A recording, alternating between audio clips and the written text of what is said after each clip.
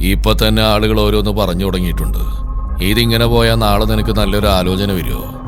അയാൾ അവനെ തിരിഞ്ഞു നോക്കാതെ ചോദിച്ചു. അതുകൊണ്ട് ഞാൻ ആ പെണ്ണിന്റെ കാര്യത്തിൽ ഒരു തീരുമാനം എടുത്തു. എന്ത് തീരുമാനം? ഇന്ദ്രൻ ഉറച്ച സ്വരത്തിൽ തന്നെ തിരിഞ്ഞു നോക്കാതെ കാര്യങ്ങൾ പറയുന്ന ആളെ നോക്കി ചോദിച്ചു.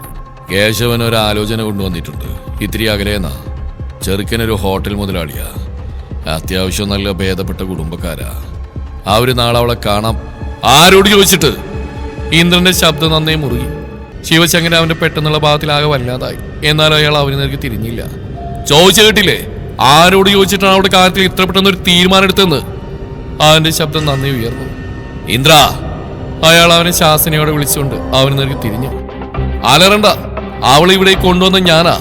എന്നോട് ചോദിക്കാതെ ഇങ്ങനെ ഒന്ന് തീരുമാനിക്കാൻ മുത്തച്ഛനാരാ അധികാരം തന്ന്? അവന്റെ ചോദ്യം അയാളുടെ നെഞ്ചിൽ തന്നെ തറച്ചു കയറി. അയാൾ പകപ്പോടെ തന്റെ കൊച്ചുമകനെ നോക്കി. ഞാൻ മുത്തശ്ശനോടാ ചോദിച്ചത്.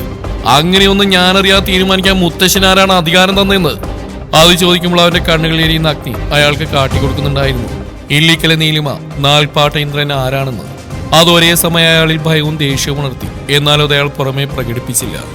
അവള് നമുക്ക് വേണ്ടപ്പെട്ട കുട്ടിയല്ലേ. അതുകൊണ്ട് തന്നെ ഇപ്പൊ അവളുടെ അച്ഛനും അമ്മയും ജീവിച്ചിരിപ്പില്ലാത്ത സാഹചര്യത്തില് അവളുടെ കാര്യത്തിൽ ഒരു തീരുമാനം എടുക്കാൻ എനിക്ക് അവകാശമുണ്ട്. അയാൾ അവനെ നോക്കി കടുപ്പിച്ചു പറഞ്ഞു.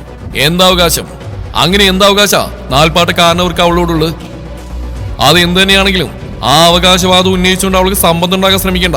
അത് ഞാൻ ജീവിച്ചിരിക്കുമ്പോൾ നടക്കില്ല.